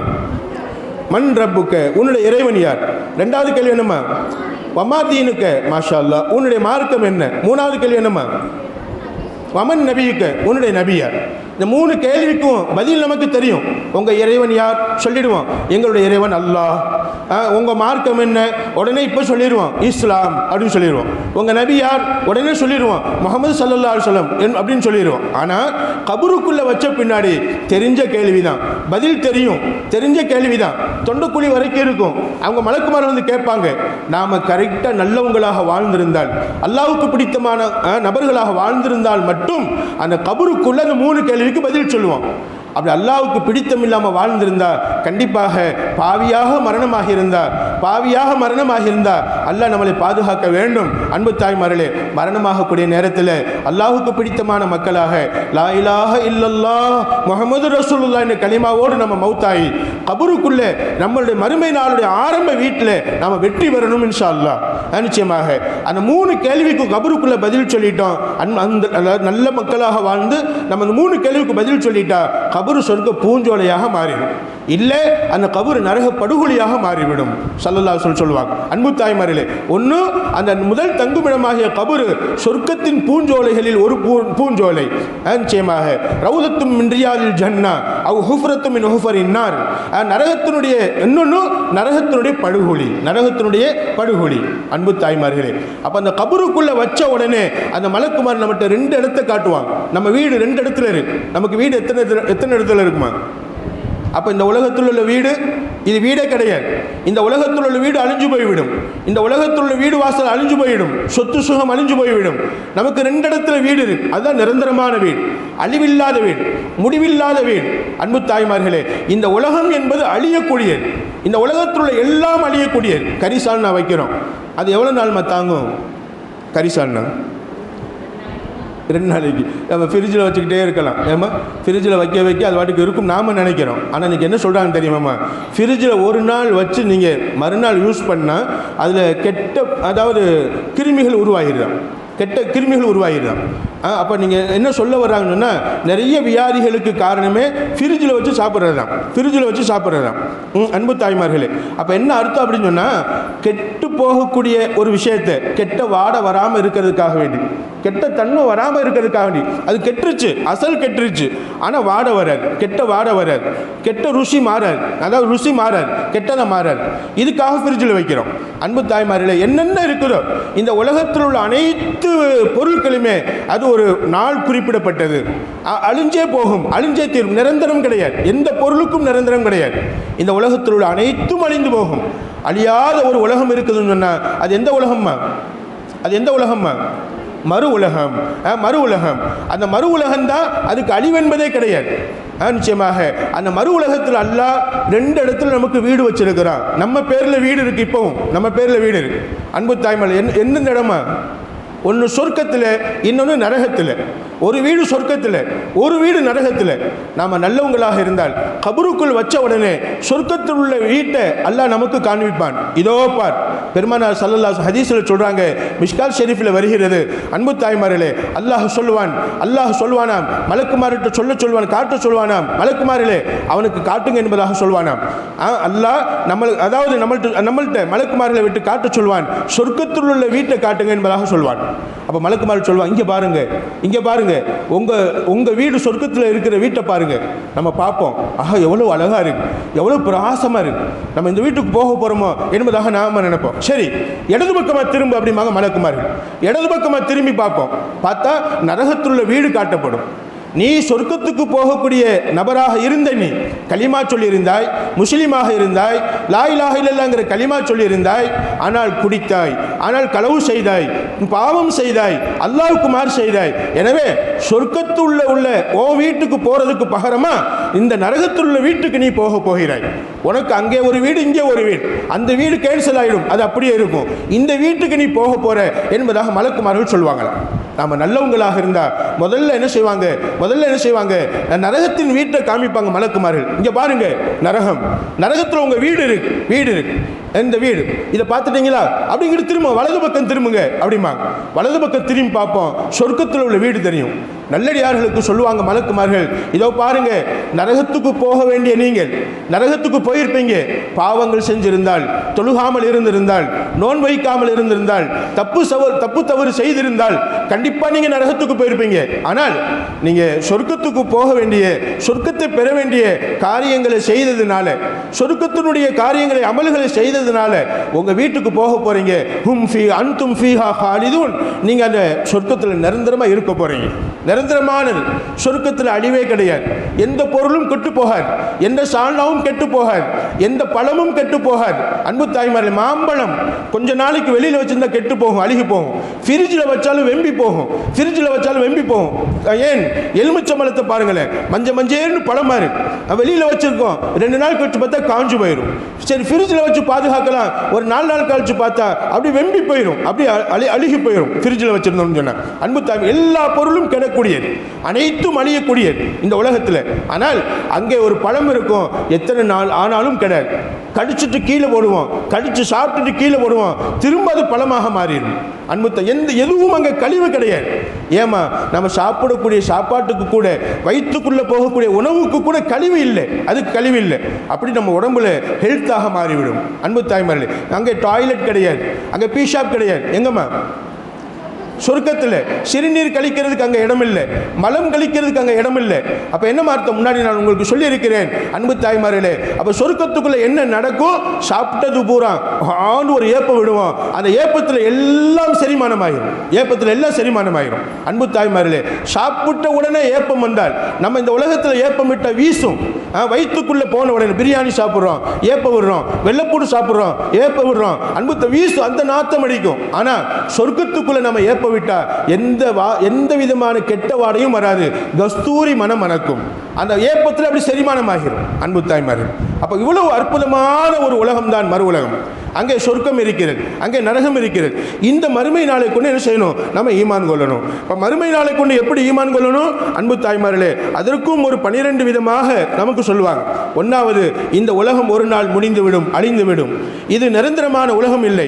இந்த உலகத்தில் உள்ள அனைத்தும் ஒரு நாள், குறிப்பிட்ட நாள் மட்டுமே இருக்கும், ஒரு நாள் அழிந்து போய்விடும். நிரந்தரமான ஒரு உலகம் இருக்கிறது, அதுதான் மறுமை நாள் என்பதாக நம்ம நம்பணும் இன்ஷா அல்லாஹ். அன்பு அப்போ என்னன்னா, இந்த உலகம் ஒரு நாள் முடிஞ்சிடும், இந்த உலகத்தில் அனைத்தும் ஒரு நாள் அழிஞ்சு போயிடும். முடிவே இல்லாத, அழிவே இல்லாத ஒரு உலகம் நமக்கு இருக்குது, அதுதான் என்னமா? மறு உலகம். மறு உலகம்.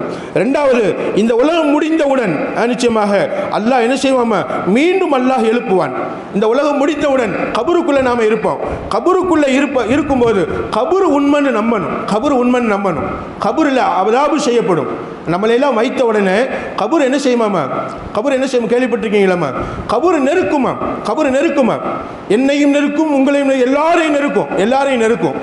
நல்லடியார்கள் அனைவரையும் நெருக்கும், பாவிகளையும் நெருக்கும். அப்போ சஹாபாக்கள் கேட்டாங்க, யார் ரசூலல்லாஹ், பாவிகளை கபர் நெருக்கிறது சரி, நல்லடியார்களை ஏன் நெருக்கணும் அப்படின்னு கேட்கும்போது பெருமானார் ஸல்லல்லாஹு அலைஹி வஸல்லம் விளக்கம் சொல்லுவாங்க. நிச்சயமாக ஒரு தாய் தன் பிள்ளையை கட்டிப்பிடிப்பதற்கும் வேறொரு நபர் கட்டிப்பிடிப்பதற்கும் வித்தியாசம் இருக்கா இல்லையா? மண்ணினால் படைக்கப்பட்ட நாம் திரும்ப அந்த மண்ணுக்குள்ளே போகும்போது அந்த மண்ணுக்கு சந்தோஷம், வா நீ வா, நான் என்னால் தான் நீ படைக்கப்பட்டாய், என்னுக்குள்ளே வா என்பதாக சொல்லி மண்ணு நம்மளை இருக்க கட்டி பிடிச்சுக்கிறோம். அப்போ நாம் நல்லவங்களாக இருந்தால் அந்த கட்டிப்பிடிக்குதல், நல்லவங்களை கட்டிப்பிடிக்குதல் தாயின் அரவணைப்பு மாதிரி, தாய் கட்டிப்பிடிக்கிறது மாதிரி சுகமாக இருக்கும் இன்ஷா அல்லாஹ். அல்லாஹ் நம்மளை அந்த கபரு கட்டிப்பிடிக்கும் போது, அந்த கபரு நெருக்கும் போது அந்த சுகத்தை அனுபவிக்கக்கூடிய வாய்ப்பை அல்லாஹ் எனக்கும் உங்களுக்கும் நசீபாக்குவானாக. இதை கேட்டுக்கொண்டு இருக்கக்கூடிய அனைவருக்கும் அல்லாஹ் நசீபாக்குவானாக. அன்பு தாய்மார்களே, அதே பாவியாக இருந்தால் அந்த கபரு கட்டிப்பிடிக்கும் போது, அந்த கபரு நெருக்கும் போது விழா எலும்பு ஒரு எலும்போட ஒன்று சேரும், சடன்னு அப்படி எலும்பெல்லாம் நொறுங்கும். இதையும் நாம் உண்மை என்பதாக நம்ப வேண்டும். கபரில் ஏற்படக்கூடிய சுகம், கபரில் ஏற்படக்கூடிய வேதனை, இதையும் நாம் என்ன செய்யணுமா? உண்மை என்பதாக நம்பணும். இது எத்தனாவதுமா? ரெண்டாவது. மூணாவது, கபரிலிருந்து மீண்டும் எழுப்பப்படுவோம். வல் பாஸ் பாதல் மவுத், அது தனியாக ஈமான் கடமைகள் என்பதாக 7 படிப்போம். ஆனால் 6 இந்த மறுமை நாளே சொல்லுவோம். மூணாவது, மீண்டும் எழுப்பப்படுவோம். காஃபிர்கள் சொல்லுவாங்க, இதா குன்னா மித்னா, நாங்கள் மவுத்தாயிட்டா, நாங்கள் மண்ணோடு மண்ணாயிட்டா, அல்லாஹ் எங்களை எங்கே எழுப்ப போகிறான் அப்படின்னு சொல்லுவாங்க. அன்பு தாய்மார், அல்லாஹ் அவங்களுக்கு சவால் விடுவான். ஒன்றுமில்லாமல் இருந்தீங்க, தந்தையினுடைய கருவில், அதாவது அவங்க நுத்துஃபாவில், முதுகந்தண்டில் ஒரு இந்திரிய துளியாக இருந்தீங்க, எதுவுமே இல்லாமல் இருந்த உங்களை படைச்சானா இல்லையா அல்லாஹ்? அப்போ எதுவுமே இல்லாத உங்களை அல்லாஹ் படைக்கிறதுக்கு சக்தி உள்ளவன் அப்படின்னு சொன்னால், உங்களை வாழ்ந்த இருந்த உங்களை மௌத்தாக்கிட்டு திரும்ப ஏன் அவனால் எழுப்ப முடியாது? அப்போ என்ன செய்யணுமா? மூணாவது, கபரிலிருந்து மீண்டும் எழுப்பப்படுவோம் என்பதை நம்பணும், ஈமான் கொள்ளணும். நாலாவது, மீண்டும் எழுப்பப்பட்டு மஹ்ஷர் மைதானம்னு ஒன்று இருக்குது. அந்த மஹ்ஷர் மைதானம் பூமி மாதிரி தான் இருக்கும். அந்த மஹ்ஷர் மைதானத்தில் அல்லாஹ் மீண்டும் நம்மளை எழுப்புவான். எப்படிமா எழுப்புவான்? அல்ஹம்துலில்லாஹ். முதுகந்தண்டில் உள்ள எலும்பு நான் சொன்னேனா இல்லையா, அந்த எலும்பு அந்த பூமியில் கிடக்கும். ஒரு மழை பெய்யும். மழை பெஞ்ச உடனே என் முதுகந்தண்டில் உள்ள எலும்புலேருந்து நான் முளைச்சி நிற்பேன். நான் முளைச்சி, என் உடம்பு மட்டும் அப்படி முளைச்சி நிற்கும். உங்கள் முதுகந்தண்டில் எலும்புலேருந்து நீங்கள் எல்லாரும் முளைச்சி நிற்பீங்க. அவங்கவுங்க முதுகந்தண்டில் உள்ள எலும்புலேருந்து அவங்கவுங்க முளைச்சி நிற்பாங்க. ஆதம் அலைஹிஸ்ஸலாம் அவங்களிருந்து கடைசி மனிதர் வரைக்கும் எத்தனை மனிதர்கள் இந்த உலகத்தில் வாழ்ந்தாங்களோ அனைவருடைய முதுகந்தண்டில் உள்ள இந்த எலும்புலேருந்து எல்லாரும் முளைச்சு நிற்பாங்க. அந்த இடத்துக்கு என்ன இடமா? மஹ்ஷர். அந்த இடத்துக்கு பேர் என்ன இடமா? மஹ்ஷர். மழை பெஞ்ச உடனே நம்ம எல்லாரும் எந்திரிச்சு நிற்போம். அப்புறமா திரும்ப அல்லாஹ் நம்ம உடம்புக்குள்ள நம்மளுடைய ரூஹை அனுப்புவான். நம்மளுடைய ரூஹ் அப்படி நம்ம உடம்புக்குள்ள வரும். உடம்புக்குள்ள வந்த உடனே நல்லவங்களா இருந்தா அல்ஹம்துலில்லாஹ்னு சொல்லிட்டு என்ன செய்வோம்? மஹ்ஷர் மைதானத்தில் அல்லாஹை பார்ப்பதற்காக நம்ம முயற்சி செய்வோம். நம்ம சந்தோஷமா இருப்போம், மகிழ்ச்சியா இருப்போம். மஹ்ஷர் மைதானத்தில் நம்ம எழுப்பப்படும் போது பாவியாக எழுப்பப்பட்டிருந்தா அஃப்சோஸ் அஃப்சோஸ், யா ஹஸ்ரத்தா யா ஹஸ்ரத்தா, எனக்கு ஏற்பட்ட கை சேதமே, நான் ஏன் திரும்ப எழுப்பப்பட்டேன்? நான் மண்ணோடு மண்ணா போயிருக்கணுமே, ஏன் எழுப்பப்பட்டேன்? கை சேதமே அப்படின்னு சொல்லிக்கிட்டே எந்திரிப்போமா? அல்லாஹ் நம்மளை அல்ஹம்துலில்லாஹ்னு சொல்லி எந்திரிக்கக்கூடிய வாய்ப்பை, மீண்டும் எழுப்பப்படக்கூடிய வாய்ப்பை அல்லாஹ் நம்ம எல்லோருக்கும் தரணும். அப்போ மஹ்ஷர் மைதானம் உண்மை என்பதாக நம்ப வேண்டும் இன்ஷா அல்லாஹ். எத்தனாவதுமா? 4வது. 5வது, மஹ்ஷர் மைதானத்தில் எல்லாரையும் வச்சுக்கிட்டு அல்லாஹ் கேள்வி கணக்கு கேட்பான். எப்படிமா கேட்பான்? ஒவ்வொருத்தராக கூப்பிட்டு கேட்பான். எத்தனை கோடி மக்கள் அல்லாஹ் அறிந்தவன். ஒவ்வொருத்தட்டையும் தனித்தனியாக கேள்வி கேட்பான். யாரையும் விட மாட்டான் அல்லாஹ், யாரையும் விட மாட்டான். ஆதம் அலைஹிஸ்ஸலாம் அவங்களிருந்து கடைசி மனிதர் வரைக்கும் நிச்சயமாக எல்லாத்தையும் கேள்வி கேட்பான். கேள்வி கேட்கப்படாமல் போகக்கூடிய சில பேர் உண்டு. அல்லாஹ் நிச்சயமாக நபிமார்கள், சுஹதாக்கள், இவங்கள்ட்ட கேள்வி கணக்கு இருக்காது. கேள்வி கணக்கு கேட்க மாட்டான், கூப்பிடுவான். கேள்வி கணக்குக்காக கூப்பிடுவான். பார்ப்பான் அல்லாஹ். பார்த்துட்டு எந்த கேள்வியும் கேட்காம போங்க சொர்க்கத்துக்கு போங்க, அல்லாஹ் அனுப்பிடுவான். அந்த கூட்டத்தில் அல்லாஹ் நம்மையும் ஆக்குவானாக இன்ஷா அல்லாஹ். ஆக கேள்வி கணக்கு கேட்கப்படக்கூடிய இடத்துல போய் நின்றுட்டு தான் போகணும். எல்லாருமே அங்கே போய் நின்றுட்டு தான் போகணும். அங்கே போய் நின்ற பின்னாடி சில பேர்ட்ட அல்ல லேசாக கேள்வி கணக்கு கேட்பான், சில பேர்ட்ட அல்ல கேள்வி கணக்கே கேட்க மாட்டான், சில பேர்ட்ட லேசாக கேட்பான், சில பேர்ட்ட கொஞ்சம் கஷ்டமாக கேட்பான், சில பேர்ட்ட ரொம்ப கஷ்டமாக கேட்பான். அப்படின்னு என்ன அர்த்தம்? யார் மிகப்பெரிய பாவங்கள் செஞ்சுருக்கிறாங்களோ, அல்லாவுக்கு பிடிக்காம வாழ்ந்தாங்களோ அவங்கள்ட்ட ரொம்ப கேட்பான். ஏன் இப்படி நடந்து, எதுக்கு இப்படி நடந்து, ஏன் எதுக்கு, மீண்டும் மீண்டும் தூண்டி திரும்பி கேட்பான். அல்லாஹ் பாதுகாக்கணும். அன்பு தாய்மார்களே, இப்படி கேள்விகளுக்கு கேட்கப்படுவது அது உண்மையானது. இதை நம்பணும் இன்ஷா அல்லாஹ். எத்தனாவதுமா? 5வது. 6வது, அமல்கள் எடை போடப்படும். கேள்வி எனக்கு கேட்டதுக்கு பின்னாடி இன்னது செஞ்சிருக்கிற உண்மையான நல்லா கேட்பான். உண்மைன்னு ஏற்றுக்குருவோம். ஏற்றுக்கிட்டதுக்கு பின்னாடியும் அங்கே ஒரு தெராசு இருக்கும். நாம் நினைக்கிறோம் மளிகை கடையிலையும் அது மாதிரி காய்கறி கடையிலையும் எடை போடக்கூடிய தெராசு என்பதாக. அன்பு தாய்மார்களே, அந்த தெராசு இருக்குது நீதமானது. எந்த விதமான ஒரு நிச்சயமாக குளறுபடியும் அந்த தெராசில் நடக்காது. மீசான் தெராஸ் அது உண்மையானது, நம்பணும் இன்ஷா அல்லாஹ். அப்போ மவுத்துக்கு பின்னாடி மீண்டும் எழுப்பப்பட்டு அந்த மீசான் தராசில் அல்லாஹ் நம்முடைய அமல்களை எடை போடுவான், செயல்பாடுகளை எடை போடுவான். யோசிச்சு பாருங்களேன், நல்லது மட்டும் செஞ்சிருந்தா நம்ம ஒரு தட்டில் எது மட்டுமா இருக்கும்? நல்லது மட்டுமே இருக்கும். அப்படி தப்பு தவறு செஞ்சிருந்தால் இன்னொரு தட்டில் வைப்பான் அல்லாஹ். அந்த பாவத்தை ஒரு தட்டிலும் நன்மையை ஒரு தட்டிலும் அல்லாஹ் வச்சு எடை போடுவான். நன்மை கனமாக இருந்தால், நன்மை அதிகமாக இருந்தால் அல்லாஹ் நமக்கு வெற்றியை நாடுவான். நன்மை குறைத்திருந்து பாவம் அதிகமாக இருந்தால் அல்லாஹ் நம்மளுடைய தலையெழுத்தில் அதாவது தோல்வியை நசீபாக்கிடுவான். அல்லாஹ் நம்மளை பாதுகாப்பானாக. எனவே அமல்கள் எடை போடப்படும். 6வது, இது உண்மைன்னு நம்பணும் இன்ஷா அல்லாஹ். 7வது, அங்கே அமால் நாமா என்று சொல்லப்படக்கூடிய 7 நிச்சயமாக கேள்விகளுக்கு கேட்கப்பட்டு அமல்கள் எடை போடப்பட்டு அதுக்கு பின்னாடி 7வதாக அல்லாஹ் என்ன செய்வான் அப்படின்னு சொன்னா, நம்மளுடைய அமல்களுடைய ஏட்டை அல்லாஹ் நமது வலது கையில் கொடுப்பான். யாருடைய வலது கையில் அமல்களுடைய ஏடு கொடுக்கப்பட்டுச்சோ, ஏற்கனவே சொல்லியிருக்கிறேன், அவங்க வெற்றி பெற்றுவாங்க. யாருடைய இடது கையில் கொடுக்கப்பட்டுச்சோ அவங்க தோல்வி அடைஞ்சிருவாங்க. தோல்வி அடைந்தவங்களுக்கு இடது கையிலையும், வெற்றி பெற்றவர்களுக்கு வலது கையிலையும் அல்லாஹ் கொடுப்பான். அன்பு தாய்மார்களே, நம்மளுடைய அமல்கள் பதிவு செய்யப்பட்ட ஏடு இன்ஷா அல்லாஹ் எந்த கையில் நம்ம கொடுக்கப்படணும்? வலது கையில் கொடுக்கப்படணும். அல்லாஹ் அதுக்குரிய நசீபை தந்தல்வானாக. அது 7வது இன்ஷா அல்லாஹ். 8வது, அமல்களை எடை போட்டாச்சா, வலது கையில் அமல்களுடைய ஏட்டை வாங்கிட்டோமா, அதான் நம்ம ரிசல்ட். 10வது படிச்சிருக்கிறீங்க, 12வது படிச்சிருக்கிறீங்க, அடுத்து எதமா நம்ம எதிர்பார்த்திருக்கிறோம், 11வது படிச்சிருக்கிறீங்க, எதமா எதிர்பார்த்திருக்கிறோம், 10வது பரீட்சை நடக்குதுன்னு நினைக்கிறேன். பப்ளிக் பரீட்சை எழுதின அனைவருமே எதமா எதிர்பார்ப்போம்? ரிசல்ட்டை எதிர்பார்ப்போம். ரிசல்ட்டு வெற்றிகரமாக வந்துருச்சுன்னு வைங்களேன், என்ன செய்வோமா, உடனே செல்ஃபோனை எடுப்போம், உடனே மெசேஜ், மெசேஜ் எல்லாருக்கும் மெசேஜ். மாமா நான் இத்தனை மார்க் வாங்கிட்டேன், மாமா மாமி நான் இத்தனை மார்க் வாங்கிட்டேன் மாமி, எல்லாருக்கும் நாமளே வழியே சொல்லுவோம். அப்படி குறைச்சு மார்க் வாங்கியிருந்தால், தோல்வி அடைஞ்சிருந்தால் அல்லாஹ் பாதுகாக்கணும். எல்லா மாணவ மாணவிகளுக்கும் அல்லாஹ் வெற்றியை கொடுக்கணும் இன்ஷா அல்லாஹ். எல்லோருடைய ரிசல்ட்டும் நிரப்பமானதாக இருக்கணும், பொருத்தமானதாக இருக்கணும் இன்ஷா அல்லாஹ். அன்பு தாய்மார்கள், தோல்வி அடைஞ்சிருந்தால் முகம் தொங்கி போகும், வெளியில் தலைகாட்ட முடியாது. பார்ப்பவங்களாம் கேட்பாங்க, என்னடா செஞ்ச படிக்காம கேட்பாங்க. அன்பு தாய்மார்களே, இப்போ இதே கதி தான் அங்கை. அமல்களுடைய ஏடை வலது கையில் வாங்கிட்டா முகம் பிரகாசமாயிரும். அந்த மஹ்ஷர் மைதானத்தையே சுற்றி வருவோம், ஓடோடி வருவோம், ஒரு ரவுண்ட் அடிச்சிருவோம், கண்ணை மூடி கண்ணை திறக்கிறதுக்குள்ளே.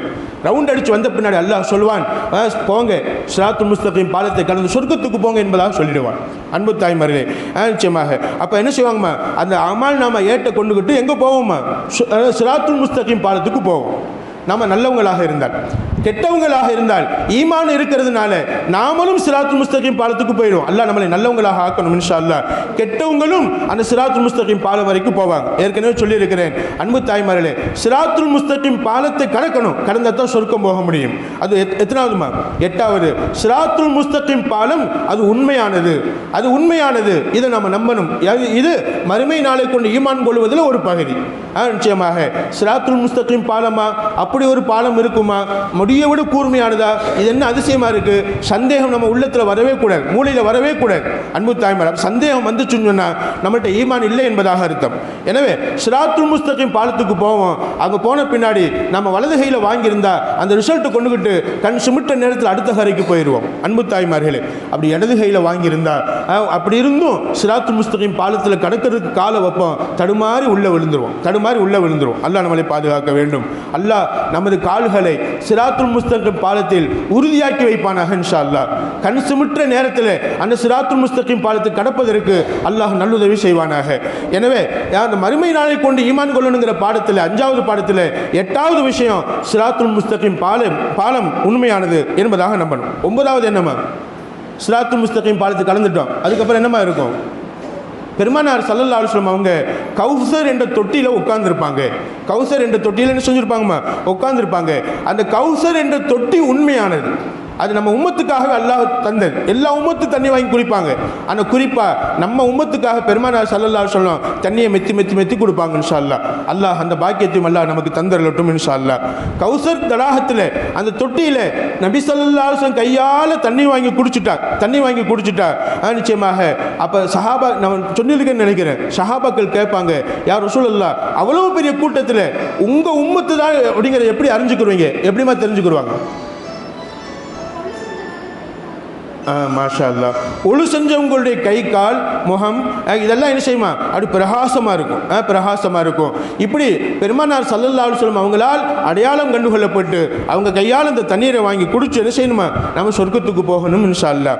அடுத்து 10வது ஷஃபாஅத்து நபி ஸல்லல்லாஹு அலைஹி வஸல்லம். பெருமானார் ஸல்லல்லாஹு சிஃபாரி செய்வாங்க, யா அல்லாஹ் இந்த நபரை என்னோட வஜி, இந்த நபரை இன்னும் சொர்க்கத்தில் வை, இந்த நபரை இன்னும் சொர்க்கத்துக்குள்ள அனுப்பு. 8 விதமான சொர்க்கத்தினுடைய வாசல்கள், அந்த வாசலில் இன்னும் ஏதாவது 8 விதமான படித்தரங்கள், இந்த படித்தரத்தில் வை சிஃபாரிஷ் செய்வாங்க இன்ஷா அல்லாஹ். அன்பு தாய்மார்களே, பாவிகளுக்கும் சில நேரம் சிஃபாரிஷ் செய்வாங்க. அந்த ஷஃபாஅத்தும் பரிந்துரைப்பும் உண்மைன்னு நம்ம நம்பணும் இன்ஷா அல்லாஹ். எங்கம்மா அந்த பரிந்துரைப்பு ஏற்படும், அதாவது மஹ்ஷர் மைதானத்தை விட்டு போகும்போது அல்லாஹ் சில பேருக்கு பெருமானார் ஸல்லல்லாஹு அலைஹி வஸல்லம் சஜிதாவில் கடந்து அதாவது பரிந்துரைப்பு செய்வாங்க, அல்லாஹ் இவரை மன்னிச்சிரு, ஏதோ தெரியாமல் பாவம் செஞ்சிட்டார், என் உம்மத்தில் உள்ளவங்களை மன்னிச்சிரு என்பதாக பரிந்துரைப்பு செய்வாங்க. இந்த பெருமானார் ஸல்லல்லாஹு அலைஹி வஸல்லம் சிஃபாரிஷ் அது உண்மையானது இன்ஷா அல்லாஹ். பெருமானார் ஸல்லல்லாஹு அலைஹி வஸல்லம் சிஃபாரிஷையும் நம்ம அன்பளிப்பாக அறிந்து கொள்ள அல்லாஹ் நமக்கு நல்லுதவி செய்வானாக. 11வது சொர்க்கம் உண்மைன்னு நம்பணும், 12வது நரகம் உண்மைன்னு நம்பணும். அன்பு தாய்மார்களே, இந்த 12 விஷயங்களை நம்புவது மறுமை நாளை கொண்டு நம்புவதனுடைய பாடங்களில் ஒன்று என்பதை நாம் எல்லாம் அறிய கடமைப்பட்டவங்களாக இருக்கிறோம். 11வது என்னமா, சொர்க்கம் உண்மைன்னு நம்பணும். 12வது என்னமா, நரகம் உண்மைன்னு நம்பணும். இந்த 12 விஷயங்களை கொண்டு நம்ம நம்புவது மறுமை நாளை கொண்டு ஈமான் கொள்வதாக அமையும். அல்லாஹ் இந்த மறுமை நாளை கொண்டு முழுமையாக ஈமான் கொள்ளக்கூடிய வாய்ப்பை நம்ம எல்லோருக்கும் தந்தல்வானாக.